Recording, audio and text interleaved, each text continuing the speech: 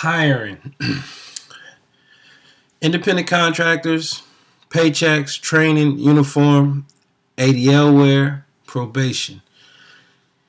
A lot of people, we get a lot of questions, a lot of concerns, a lot of inboxes, phone calls about, can we use independent contractors? Can my company use independent contractors for my caregivers?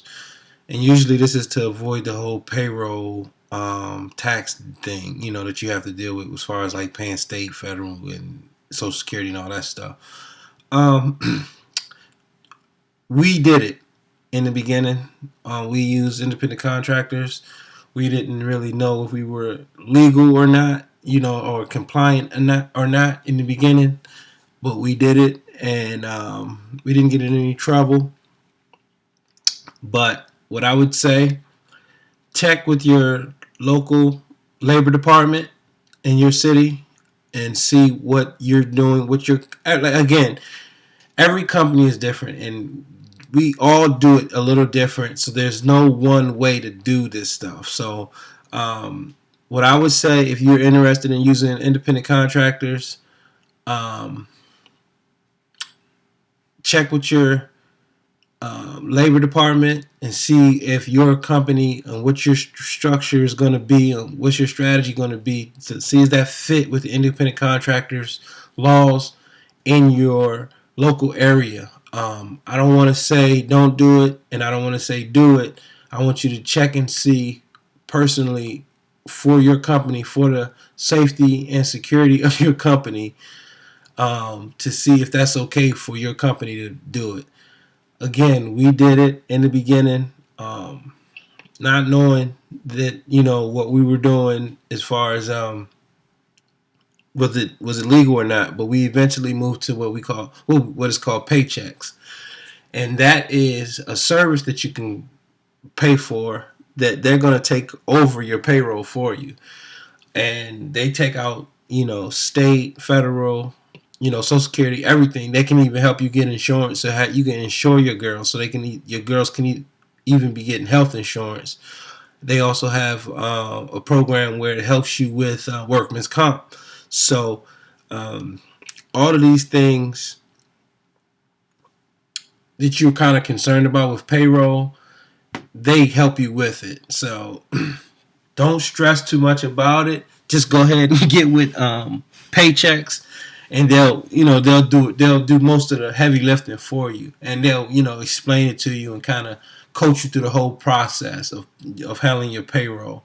So basically, all we have to do um, is get the girls to fill out the necessary paperwork, send it to paychecks, get them on in the system, send paychecks the money on a specific date, before payroll. Send the printout or who gets what, the money, and then they break it down from there. So it's real simple stuff. Don't let this hold you back. Don't let this be like a place where you just get too much like anxiety and just want to forget about it, because it's not that hard. Payroll is not that hard. Start off with one. When obviously gonna start with one person. Don't try to hire like 5 people at one time. Unless you have to, unless you have that many clients. But start off with one person, and also put yourself on there as well, so you can be receiving a check. Also, just to kind of understand the process, if you just want to do it first for yourself, you know what I mean, just so you can see exactly how the process works. Um, Training.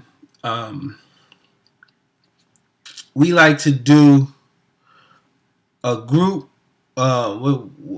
meeting, an employee or a caregiver meeting once a month, so we can kind of go through our employee handbook and stuff like that, and some training materials that we have. We try to do it once a month, and then we also have them on the system, and we'll talk a little bit about that online training system later in the continued education lesson. But training, you definitely want to just get in front of your girls. Get in front. I always say girls, but caregivers. Get in front of your caregivers once a month. and talk to them about, because you're going to get calls and concerns and things like that that's going to happen in your company. Once you're going to get calls from clients, you're going to have complaints and stuff like that, and you just don't want you want to address it. You want to address it at these trainings. You want to say, okay, this is the things that we're doing, this is what we're hearing, and you just kind of make sure that they know, because a lot of times people make mistakes not knowing. And if they don't know that that's something or a standard that you set for your company, then they're not going to know. They're going to go against it. But if it's only in your head and you're not giving it to them, um, you have to, they're not going to be able to comply. But so you constantly want, and you constantly want to train them on a monthly basis and get in front of them. And also, this is a good time for you guys to hear what they're going through. They might have a concern about this client, and outside of what you're hearing, they're writing in the log book. They might have like some general concerns, and or there's some stuff going on with them, or so a feeling they might have towards the company. So this is just a good opportunity for you to just kind of sit down, do some face to face with all the girls and caregivers, and get them get them ready, and make sure they're on the right track. And every month you want to keep doing the same thing. Uniform.